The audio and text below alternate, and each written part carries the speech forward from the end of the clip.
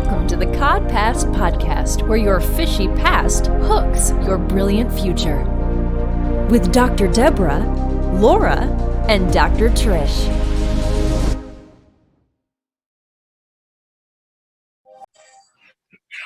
Welcome to the CodPast podcast, where your fishy past hooks your brilliant future.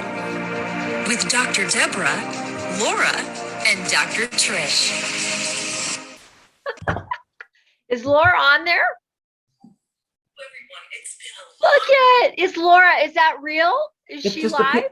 a picture of her. Oh, that's a picture. Yeah, because she's on the plane now, right? She's in the airport, so I told her she could join us if she could. I'm going to go to Facebook and share this on my Facebook.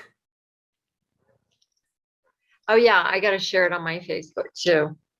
Yeah, I talked to Laura a little bit this morning. I don't see it live. On CodPast it is. It is? Mhm. Okay. Maybe I just need to go out and come back in. Maybe it just needs to review. Oh, there it is. There it is live. I'm saying I'm doing a like, and now I'm going to share it on my page. Okay. All right, we are going to, so Laura is going to be on a plane in a minute. Maybe she'll pop in a little bit. And, but we've got a pretty cool show today, if I do say so myself. And, I'm starting to get tickled. I got to get some water. Okay, you get some water. So today, everybody, we're so excited. We're going to be talking about The Artist's Way. It's an amazing book by Julia Cameron. It's not just a book. It's a life-changing course, life-changing experience. It's awesome. So we're so excited about it. And Trish and I are going to go through it. We also are starting a Facebook group, or we have a Facebook group for The Artist's Way, and we're going to be starting shortly, and we're going to be going through the 12 weeks together, where we do self-study, and we also then do discussion on the Facebook group. So it's going to be really cool to go through it together with some high-level people. I was just telling them how we have a Facebook group, and we're going to be starting this, and we're going to go through it together as an experience together, and discussing and just leveling up, level up. Artist's Way up. Well, we've been working, Deborah and I've been on a very fast track, as have been several other people in our group. I'm so sorry. I don't know why I'm having these little tickles, but anyway, we've been working really hard over the last year, really hard, pushing the three of us, Laura, Deborah, and I. We talk a few times a day, and we're on a self-improvement track that's like a marathon. And so we've been really, we believe we're closer to God than we've ever been, ever. And we are witnessing miracles, like synchronicities and miracles like you can't even imagine it. And so we've been experimenting with different things that we thought got us a little bit closer to living that magical life that the Bible talks about. It talks about all the things that you can do if you just believe it, if you just have faith.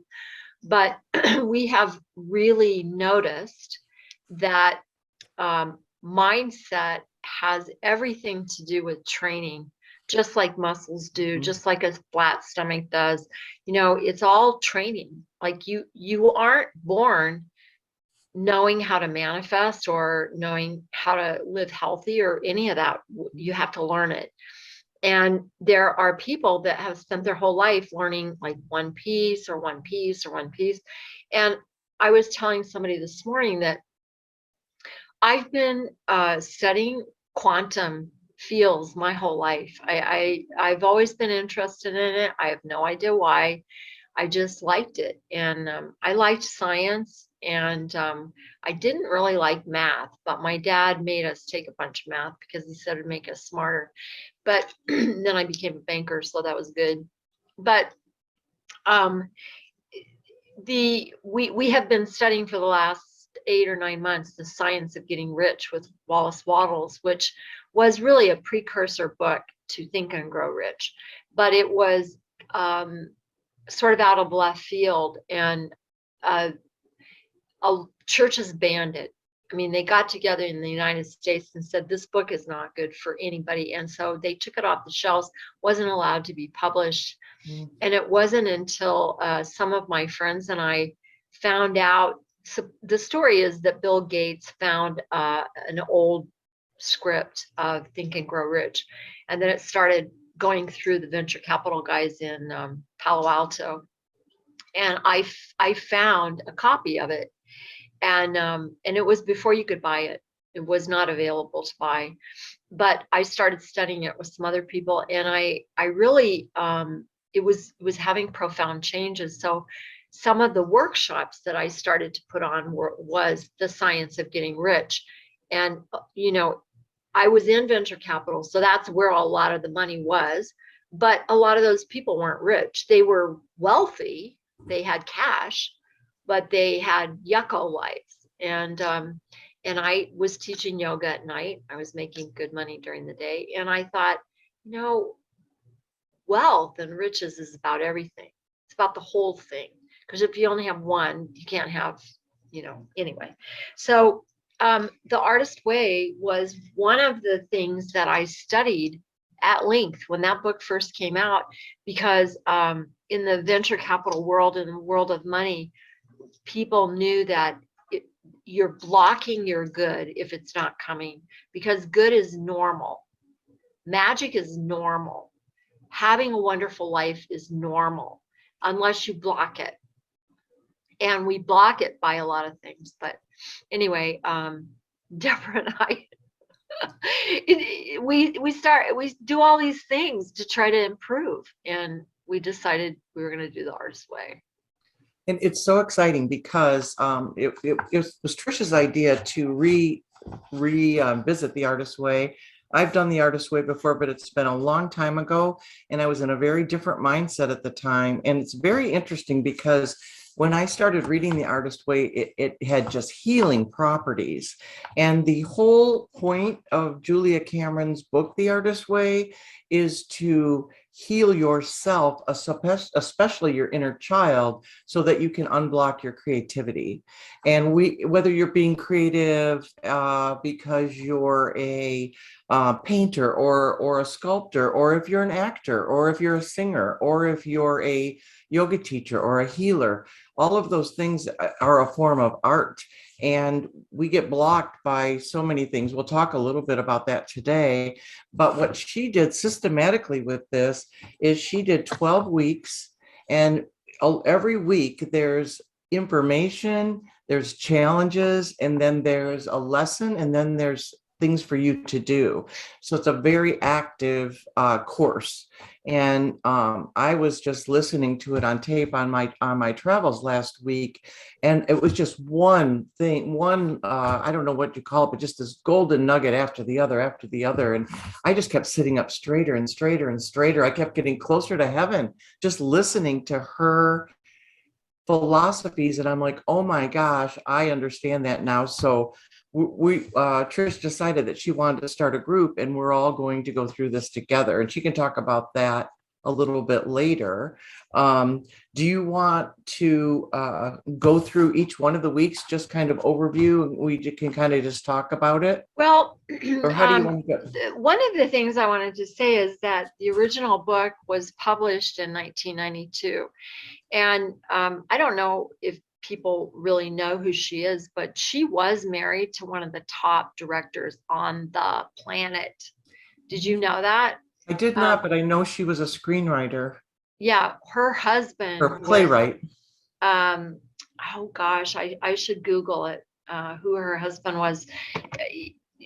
The time has separated for so long, but they were married for a long time, and they were kind of like the Hollywood couple. What is his James Cameron? That's who it is. James Cameron was her husband, and they were hotter than hot in Hollywood at the time. And she had developed this system for herself to overcome writer's block. So when people are writing for a living and they have to perform, it's kind of like when you're writing songs and you have to produce them for Disney, or when you have to be an artist on demand, a lot of times you go through blocks because artists aren't on demand. Artists don't do much in timing. And so they have a hard time with those expectations of you've got to produce this by this time. You know, artists are like, well, I can't until I'm inspired. Well, she had to develop a way to get through that block so she could produce, so she could give the work to somebody. And she produced this little workbook for herself, really, and then for some other people, mainly directors at the time, and it was mainly for her husband. And they started doing some things that would get them out of their head, because time is associated with your left brain. Is it right brain or left brain? What's the analytical one? Your left. Yeah. And so creativity is your right brain. And we have a society and we have a world that has been set up to value only money and the thinking brain. So learning and academics and knowing it all. But the truth is, and we are running there, we're running into a brick wall right now, because that is not how God set this planet up. God set the planet up really on the creative side.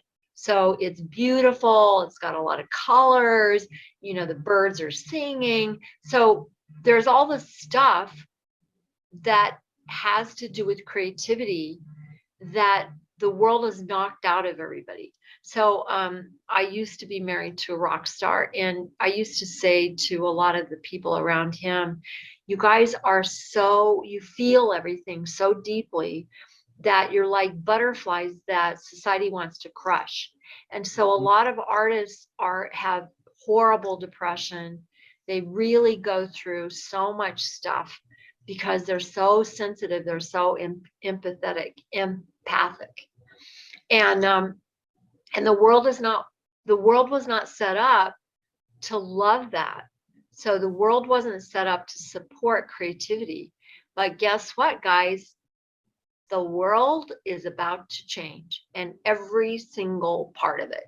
Money, how people take care of themselves, how they take care of relationships, how they take care of children, how they take care of old people. The world is like, I'm sorry, but I'm going to stop this one and get off, and I'm going to go to the one I'm going to create. And so what's going to happen, and it could happen today, it could happen tomorrow, it's happening very, very, very fast. Mark my words, that you better develop your creative spirit and you better enjoy it. You better start looking at the birds and the trees and the beauty around you and get your creative side cooking, because your world is not going to be able to be predicted by time and money anymore. It's not going to happen. Julia said that creativity, God gave us the ability to create. He gave us the ability to be artists in whatever way that is, even if you're an architect, however it is that you're an artist. She calls it art with a capital A. God gave us that creativity. What he asks of us is for us to trust that and then produce art and give it back to him. That's what he wants. But what happened, just what you were talking about, is that society expects us to be perfect. It expects the musician to be perfect, the painter to be perfect, the singer to be perfect, whatever it is that your form of art is. And because perfection is not something that we can be as human beings, we ended up turning to food or drugs or alcohol or sex addiction or workaholics. And what we do then is we numb our creativity and we say, oh, we're going to pour ourselves into this because we don't feel good about imperfect art. And what we should be doing is every day creating something that's imperfect, because it then gets your juices flowing. And she actually was an alcoholic, and it was really stifling her writing. She was a screenwriter and a writer, and she knew that was not good. She knew that there was a inner child in her that was broken, an inner child that had been wounded by whatever. Some of us are wounded by society, school, the expectations, sit still, don't talk, don't, all those things. And some of us have, maybe not so good home lives, whatever. But we're told that our creativity is just it's just a pipe dream. It's just something. Oh, that's not something you can make a living at. Oh, I want to be an actor. Oh, well, you're going to be a starving actor, right? Everybody says that. And so they dash people's dreams all the time. Society does. And the inner child and the inner artist is just like, no, but this is what I want. And it's one reason why my daughter's an actor, but her whole life, I just kept saying, go for your dream, go for your dream, because a lot of us didn't go for our original dreams, and we've had good lives, but she's going for her dream, and it's not easy, but she has not been told that's not a worthy dream or a worthy goal. And so that's part of this whole, I took away from that about how when we get our creativity stifled, it really, really does a number on us, because there's so many men. We're not meant to be that way. No. So what you're doing is you're fighting. I heard the most incredible thing, and we probably brought it up in one of our discussions this week, but we're born with two things. Pretty much every 2 or 3 year old knows why they came into this planet. You can watch the little guys, and they'll be playing. They'll have imaginary ways of playing, and they'll tell you, oh, when I grow up, I want to be a policeman, or I want to be a teacher, or you'll see them playing in a way that will give you an idea of what their interest is. And I ran schools for 17 years. I started schools all over the world, and I worked with very high risk kids. And our whole thing was to build up their dream. Just let them be whoever they want. If they want to be a dinosaur, we'll teach them dinosaur math. We'll just encourage them until they change their minds, because who are we to say they're not going to be a dinosaur? We don't know. And so we really worked on this. And partly I was inspired by the artist way. But what I heard the other day, talking about Julia's being an alcoholic, that we're really born with two parts. One is we're born with a dream, and if somebody encourages that, we will go into the full realization of it. And I mean, people argue this with me all the time, and I'm not going to go there today, but I can tell you why it's so important to do that with children, to encourage their thoughts and their dreams. But we're also born with a bunch of addictions. And a lot of people think of the word addiction as being something to do with alcohol or drugs, or, that's what our idea of addiction is. But actually, if you think about it, what are the habitual thoughts or things that you do that make you feel bad, that don't lift you up, don't give you a higher vibration? They give you a lower vibration, and they create blocks. So they create blocks to your highest good. And a few years ago, I went back to get my PhD. Deborah's had hers for a long time, and she has accomplished so much. But I went back just a few years ago and got my PhD in energy medicine. And one of the things that I was studying was emotional molecules that you get from your genealogy. So the DNA that you receive from your mom or dad has packed with it molecules from every ancestor you've ever had.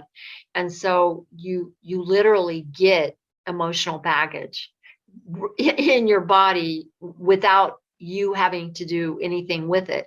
You just can get struck by those habits that are not in your highest and best interest. And for so many years, people didn't know it was molecular. They thought that emotion was just because of this lifetime. You must have had something bad happen to you when you were 2 or 3, and that's why you have this emotional baggage. No, it's not true. Yes, we can all have PTSD from a war that we just were in. That's true. But we can also have PTSD from a war our great-great-grandfather was in. And once we learned that they were physical things, then we were able to do some things to diffuse the power that those things have. So anyway, my point is that where we are now with the Artist's Way, and some of the people in the Artist's Way group are going to be doing 75 hard. I just did it, and I'm going to do parts of it again. It's going to be part of my life, pieces of 75 hard. But it's all about self-regulation and doing the thing in the moment that makes your heart sing. So when you get very deep into understanding what's making you tick, and you pay attention, what choices am I making? How can I think about this and do it a little bit differently, and keep creativity around 24/7, and do what I'm doing right now. I'm writing a book called Celebrate Well Enough, and I literally use celebration as a way of being grateful.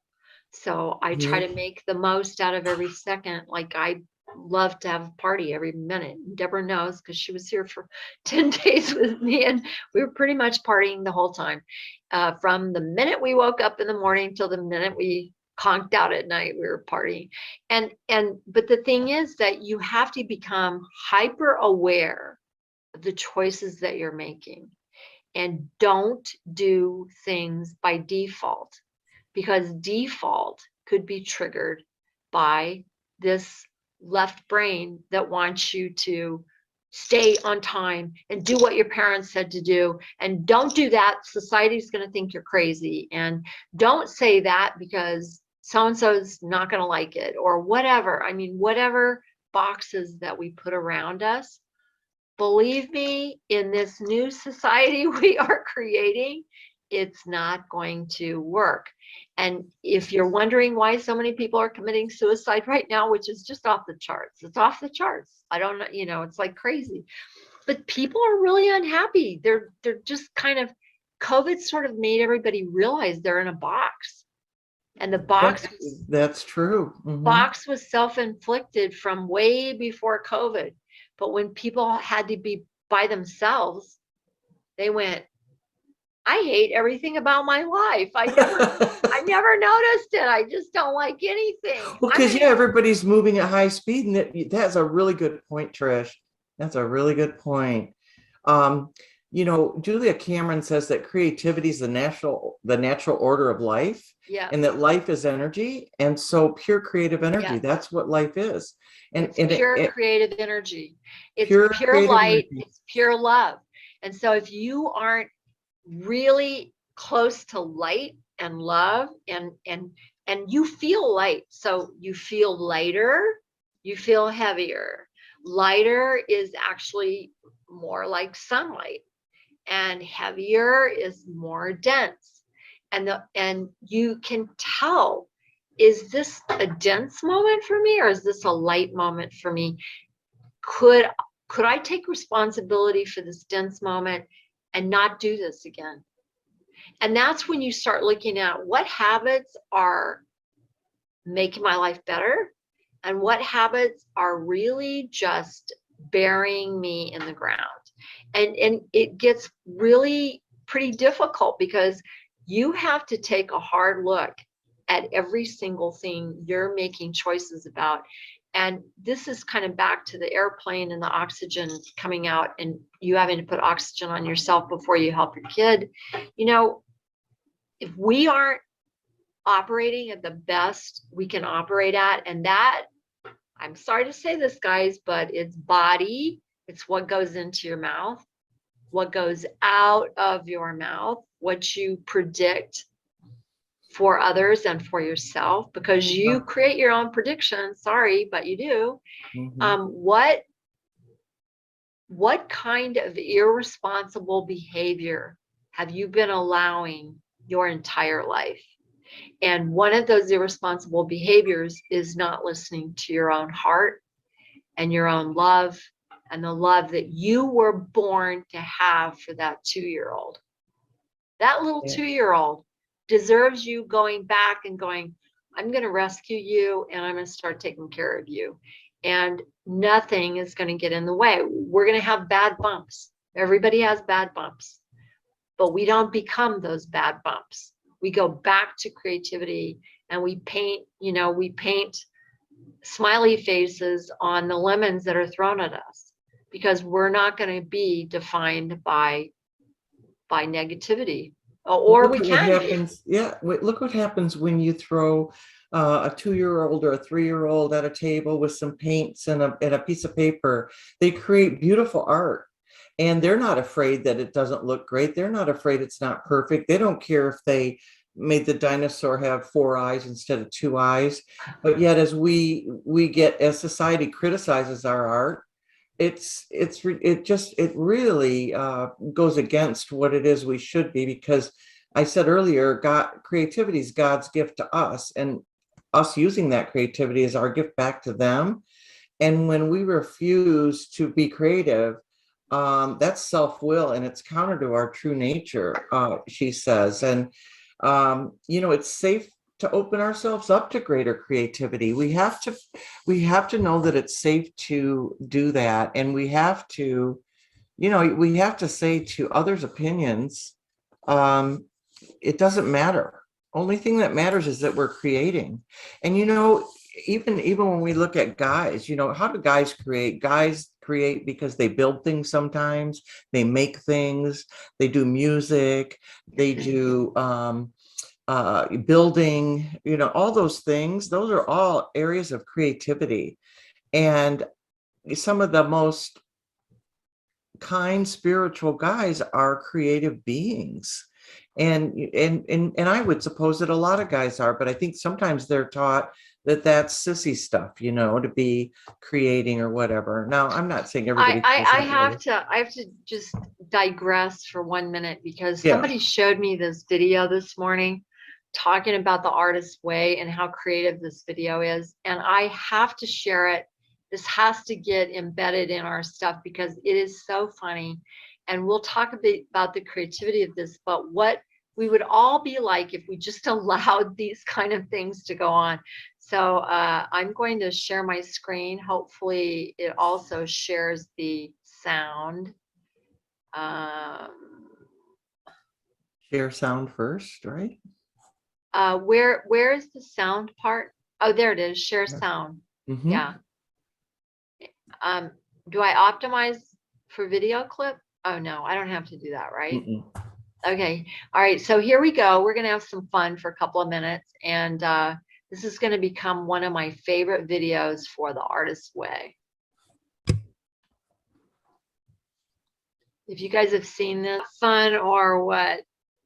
Love that song. It's just, I never had seen it. I'd never heard of it until this morning. And I said, that is the artist's way, because it's just everybody having a lot of fun, supporting each other, laughing and dancing. And, if everybody just supported each other, laughed, and took responsibility for their own behavior and their own way of going, and just concentrate on their own dreams, the world would work in 1 second. It would just take 1 second for everything to shift, because instead of everybody focused on what everybody else is doing right or wrong, they would be focused on themselves adding value to the planet instead of taking it away. And I thought that was the most funny, hilarious, fun. Now I want to go eat cake on the ocean. You know what cake by the ocean means, don't you? No. Sex by the ocean. Oh, Well, that sounds good. Tired of all the candy on the dry land. Yeah. No, I don't know. I never heard the show. I mean, I never Yeah, heard it. it's a great song, but it's so much fun. I love they have the big piece of cake there and everybody's just having a great time. And you're so right about that because the pulse that's within us to enjoy life, have a good time, be positive, not be jealous, not be hateful, not be possessive, all of those Well, isn't that out of the Bible? well, maybe I would think so. I don't know, but yeah, I'm sure it says it that way somewhere in the Bible. But the creative pulse is God's pulse in us. Is you know who said that? Joseph Pierce. And I just thought it was so cool because when you're close to God or the universe, the power that be, there's a lot of different names. I call it Jesus. But when you're close to that, all of a sudden you're lighter. You're just lighter. And when Lighter. You Julia vibrate higher, and that's my whole PhD is vibrational medicine. And so they now, we can calculate the vibration of something. We can calculate the vibration of a human, of food, of this computer, of, carpet. And life is just about an accumulation of vibration. and And if energy, you yep. accumulate too many low vibratory things, you're going to get cancer or heart disease. I mean, it causes inflammation. When you're vibrating at a higher rate, the vibration can't sustain any kind of inflammation. And as you go lower, lower, lower, the inflammation can go up, up, up. One of my friends was over last night, was talking about autoimmune disease and problems. And, I was listening to a doctor talk a couple of days ago that our bodies are just sort of imploding because they're screaming like, would you guys get this thing together? Would you stop with the toxic living, stop with the anger, stop with the, watching the news? I mean, if you aren't in alignment and harmony with the very reason you ever set foot on this beautiful earth, if you're not in alignment with what God intended for you to experience down here, your body is going to start to self-destruct, and because it can't live in an environment that doesn't want it. No, it can't. And well, Bob Proctor, God rest his soul, although we will see him again, and not quite sure how he came back to earth, but he said when your dream is here, you'll reach your dream when your vibration reach your dream. And I've seen that personally happen. And it is so amazing how when you raise your vibration through laughter, through good living, through good eating, through exercise, through the people you surround yourself with, through being kind to animals, through giving in the world. When you keep raising your vibration, the use of essential oils, the use of sunshine, just being out in the sunshine, that's when you meet your dream. But when you're low vibrating, you're low energy, you're never going to get there, no matter how hard you try. So do those things. I'll tell you another tip that I heard just a couple of days ago, and it was that same doctor, was fascinating, that your hormones are regulated by deep breathing. Do you know why? Were you on the phone when I was on the phone call Kelly with the way was it hits your talking? adrenal glands, right? The way that your diaphragm hits your adrenals when you take That's what Kelly was saying. And that really deep breath. and that it releases different chemicals that regulate your hormones, and that most of the people, especially in the Western world, in the United States, breathe in the top third of their lungs, partly because they're fat and it's hard to breathe down below, and also because that's what we're taught. When we have a real anxiety world, we're taught to breathe like this, using our shoulders, right? Mouth breathing, shallow little breaths. but the exchange of blood and oxygen is in the bottom third of your lungs. So if you're not pressing air all the way to the bottom of your lungs, you're not getting the energy exchange with your blood. But then Kelly told us, yeah, but also when you're pushing the air down, you're massaging your diaphragm, and that massages your lymph glands, Your adrenal glands, yeah, on and top your of your adrenal. kidneys. And she said, and that is what causes your hormones to work right. And so you can imagine all of the cesspool things that people in the United States have been choosing, not knowing they were choosing to. I mean, people don't know that they shouldn't breathe in the top third of their lungs unless they've been to my yoga classes, you know. They don't realize that it's so important to breathe deep. But yes, it's hormones, and hormones affect you your entire life. And What do we hormones say to somebody who's upset? Take a deep breath. And that seems to be the exception rather than the norm in the United I know. States. And I must say, when I was listening, actually, the artist way, she was talking about deep breathing while you're walking and how that helps you process things. But when you hear that, then you take a deep breath and you realize how unoften you breathe deeply. Right. I was just going to go over the titles of the 12 weeks because I think it's important that people know what it is she talks about in order to get the spiritual electricity back in our bodies.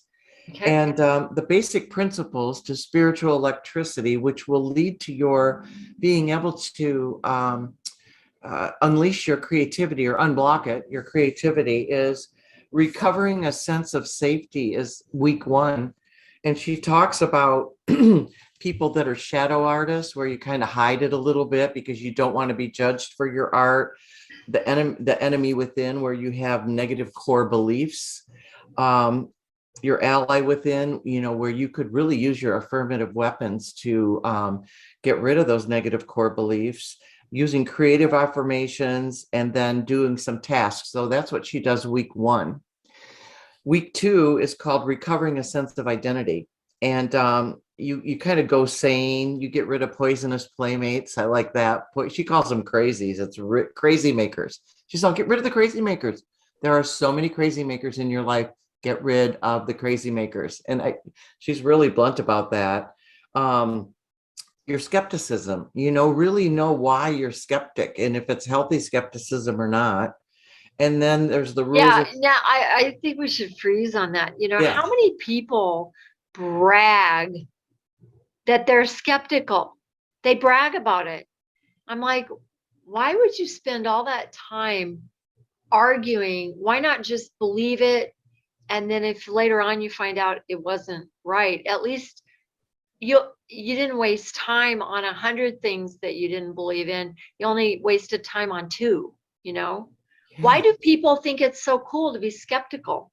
I don't understand that. It's living right from fear. It's very fear-based to I be skeptical. always am like, I just trust, if somebody tells me that all the trees just turn purple, I go, oh, how cool. That's really interesting. Then I go try to find the purple trees.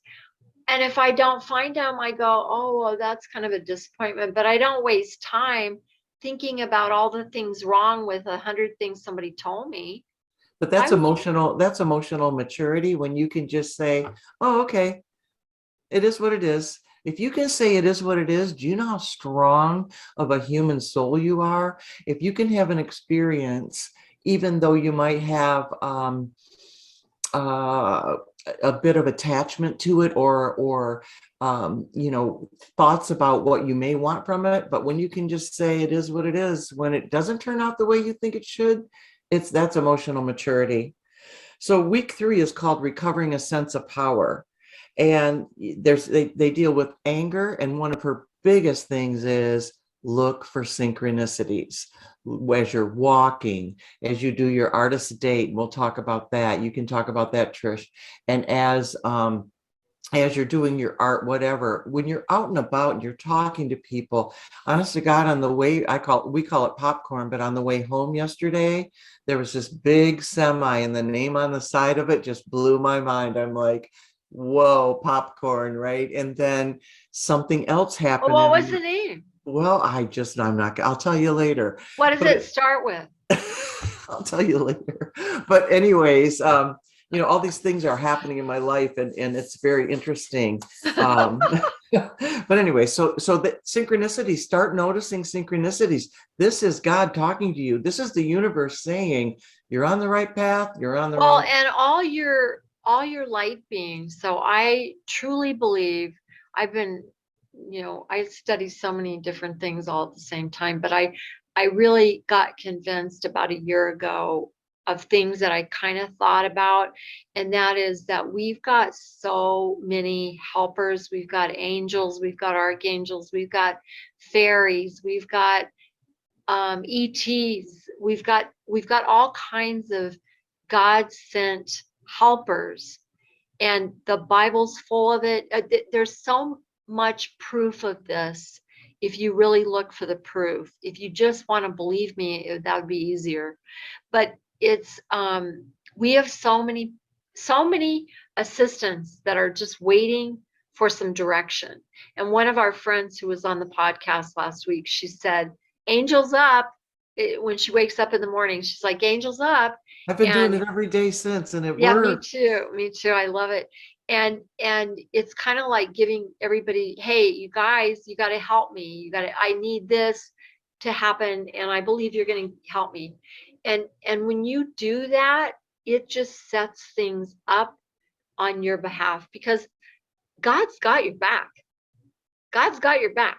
If We you just need to receive. Well, Einstein said, you either believe in a universe that is helping you, or a universe that's not helping you, and you're going to experience either one. Oh, that's really well put. Einstein said So it. she talks about anger, then synchronicity, which we just talked about. She talks about recovering your sense of power through addressing shame, because there's so much shame that happens as we grow up. You don't want to be an artist. That's just a starving artist, right? That type of thing. She talks about dealing with criticism. She talks about, really growing. And then every chapter, there's a task and a check-in. Week 4 is recovering a sense of integrity. I love that word, integrity. I love people with integrity and Yeah. intelligence. I'm an intelligence junkie. And she talks about honest changes and uncovering your buried dreams. And then reading deprivation. She talks about not reading for like a week, and people are like, "What? I gotta read. I read every day." And she goes, "It's just a really cool exercise." Week 5, she talks about recovering from a sense of possibility. You want to get rid of your limits. You're always doing a possibility. No, just do it. Find your river. Talks about virtue traps, and then forbidden joys, all the forbidden joys that we've been told, oh, that's forbidden and all of that. Trish, you've taught me a lot of embracing of every moment joys. We've talked about that a lot, living in the moment. Well, we don't have yesterday or tomorrow. Nothing's guaranteed. Living in the moment is true joy. And I just love it. Week 6 calls recovering a sense of abundance. We've talked about that before, right? We want to be abundant. We deserve abundance. God has told us, you have all the abundance in the world that you want. Well, nature, the nature of God is nature, right? You can look around and see what God made, that nobody interfered it. I mean, I'm looking right now at my orange tree out on the patio, and you couldn't even count all the leaves out there. And you couldn't count how many oranges are getting ready to be full on oranges in November. Nobody made that happen. Nobody paid for it to happen. It's what God created. And I'm looking at the birds fighting over the bird seed right now. And I'm looking, strangely, my hummingbird feeder an hour ago has been completely attacked by bees, and the bees are prolific, and I've never seen that in my life. I don't know. They like the sugar, huh? Yeah, but I mean, how come that's never happened in my whole life? I don't know how that happened, but the point is that nature's abundant. God is abundant. And it's humans that have put all these restrictions on abundance. It's not God. It's not the natural order of things. The natural order of things is fun and celebration, and the And that we birds have abundance. Yeah. the birds meet every single night for happy hour. Birds always come together at 5 o'clock. You'll hear them Oh, I all. wish I was on your patio with you. I'm coming. I'm coming to see you soon. I'm just going to get on a plane. Oh, We got to the buy We've got to buy Bob's condo, or I mean townhouse. okay. Week 7 is called recovering a sense of connection, that we need to be listening more than we're talking. We got to get rid of the perfectionism. Perfectionism is a bit of an excuse not to do. But you know what, Laura and I talked about this morning that I learned from her, and this is along all of these lines, is that she learned about being the best. Instead of saying things like, I want to be the best me, or I want to be the best I can be, or any of that, when you show up in a moment in time, here I go again. I don't know what's going on with me. You got a frog in your throat. That's popcorn for me. I'll tell you about that later. It's a frog I'll tell in you my about that frog later. It's a frog or cake on the beach. I don't know which one it is. Cake on the ocean. You're so funny. But anyway, the whole point is that just be the best. Don't be the best of, or the best if, or just be the best. And the big thing she taught me was, we were talking about 2 weeks ago, we said, own the room, right? Just own the room. But she said, your posture has to meet the expectations of your desires. So, if your body language is looking or acting or feeling horrible or not worthy, or you shouldn't be talking on the podcast or whatever, everybody's going to read it, because everybody reads body language. And that's about this whole thing about trying to be perfect and all that. She told me that the reason that, see, Laura, we're talking about Laura because she's so, we're all so much of each other's lives. She said that the reason politicians get behind podiums is because their body language doesn't lie, and they need to be in the back of a podium so that they can try to convince you of something else. Yeah, they're lying. That's really good. So number 7 was recovering a sense of connection by listening, to really look at your jealousies. And she has a really cool exercise where you write down things you're jealous of, and then she tells you to go get them. Why are you jealous that Trish has a new BMW SUV, which I'm not jealous of that, but I'm happy about it because I can get in and out of the car now. But if that's something you're jealous of, write down. But so it's a really good exercise. She talks about, so that's week 7. Week 8 is recovering a sense of strength. Isn't all this just so yummy? Like, this is just turning me. I mean, and this is so good. She talks about survival, the ivory power instead of the ivory tower. She talks about gain disguised as a loss. So she talks about that. She talks about age and time, and about how age and time is, it's so critical that you don't get all caught up on that I'm running out of time, my age, all that type of thing. She talks about early patterns and how we can do some certain affirmations to break those early patterns if they're destructive. So week 9 is recovering a sense of compassion. It talks about your fears, doing creative U-turns. Isn't that a cool concept? Enthusiasm, blasting through your blocks. Week 10, it's recovering a sense of self-protection, because we have to protect that inner child. That's who our artist is our inner child. And we need to get back there and say, what would she do or he do? She talks about dangers of of the trial, workaholism, when you have a drought, when you have fame, being in competition with other people. Then week 11, the next to the last week, is recovering a sense of autonomy, really accepting yourself, being successful, the zen of sports. And she talks also about building your artist's altar in your house. And she said, when you were a young kid, even a teenager, you had gaudy stuff that you really liked. You liked that keychain that had the fluorescent pink pom pom on it with a, rainbow unicorn, whatever. Go get some of that stuff and build an young artist altar. One of the things I did that somebody taught me when I was doing the artist way one other time is that to get rid of pictures that make you feel bad. So I literally threw away a picture of my grandmother that always made me feel bad when I saw that thing. It was just, it was a bad memory, etc. And I threw it away. And to put a whole bunch of pictures of yourself the way you like. So maybe at a ball, maybe at the ocean, maybe playing with your friends, maybe acting crazy like I Dream of Jeannie. But put a bunch of pictures of yourself in places that make you feel really, really good. And it raises your energy, raises the energy of the house. I like that a lot. And I actually, how many people go, oh, she's got pictures of herself everywhere. And so I have some in my room in my walk-in closet of some of my happiest moments. That's the point to do.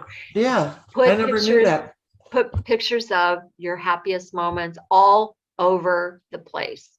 Put pictures of yourself the way you want to look on your refrigerator, not fat people. Yeah, you would want to put that. So the last one is week 12, and we're going to love this, Trish, of course, but it's called Recovering a Sense of Faith. Yeah. And she talks about trusting the mystery, the imagination of play. And I just really believe that you and I and Laura are really good at that, because when we get together, we play. We aren't worrying about what somebody's thinking of us. We go to a biker bar and we just talk to people. We play, we dance, we changed our clothes in the bar because we got new t-shirts. I mean, we just play. We just have a sense of play. We go to a Goodwill and we have more fun trying on clothes and laughing at each other or whatever. But we know how to play. And I think that's really important. So but you know what, Deborah, there was a workshop I took several years ago, and I literally got tears in my eyes because my kids were older and I was in very corporate, very regimented. Is that a word I made up? Regimented. I like regimented. I love that word. I love making up words. I love it. Regimented. I was too rigid. And anyway, I realized I forgot how to play. And I said, I don't think I play anymore. And I couldn't believe it because I've always played and I've always had a lot of fun. And well, I changed that right away, didn't I, Deborah? You did. You're so funny. And she said, play is the exaltation of the possible. Or she didn't say that, another guy did, but I just think that's really cool. And escaping velocity. So this course that we're going to be doing, if you want to talk a little bit about that, we got 1 minute left together. I am so excited. I'm just on fire about this. I did this years ago and I didn't finish it, and I'm sad I didn't, but I will tell you what I did find in my book. I found my very first artist date receipt, and I have bought a beautiful little watercolor painting of some Christmas poinsettias, and I get it out every year, and it's my very first artist date, and I just love that, and I have the receipt from it still. What did you say? Play is the exaltation. I'm writing it down. Play is the exaltation of what? Play is the exaltation of, I got it right here. Hold on. I know where it is. What does exaltation mean? Like expression? like to exalt someone, Exalt, to lift up, to yeah. So play is the exaltation of the possible. So I think we have to go to Clubhouse. It's 4:00. We do. Thanks everybody for being with us today. We could do a whole nother show on the I artist know, way. this is We so just- fun. yeah. I just want to say, as I go over to open up the Clubhouse right now, is that we want to invite you guys. We have a Facebook page where we'll be a group together and we'll all get together on Zoom. But the Facebook page is The Artist's Way for Manifesting, right? Is that the name of it? I think. I'm not sure. I have to look. I'd have to search, but we will put it, we'll make sure everybody knows about it. We'll put it on our pages. We'll put it on our page. Yeah, just go to our pages and come and join us. We've got that, and then we've got an amazing thing the coming up artist's on way August to 1st. manifesting. The artist's way to manifest. Artist's Way to Manifesting. Yep. And then we've got an amazing thing with Jack Canfield he's going to interview all men for 2 days about why they use aromatherapy. So it's going to be really fun. All right, guys, run over to Clubhouse and have fun with us and come in and talk to us. Come to Clubhouse. It's an app on your phone, and the name of our room is FAC CodPast. It's Friday Afternoon Club CodPast. We'll see you over there. All right. Bye, Love Trish. you. Bye-bye. I'll see you over there. Okay, bye-bye.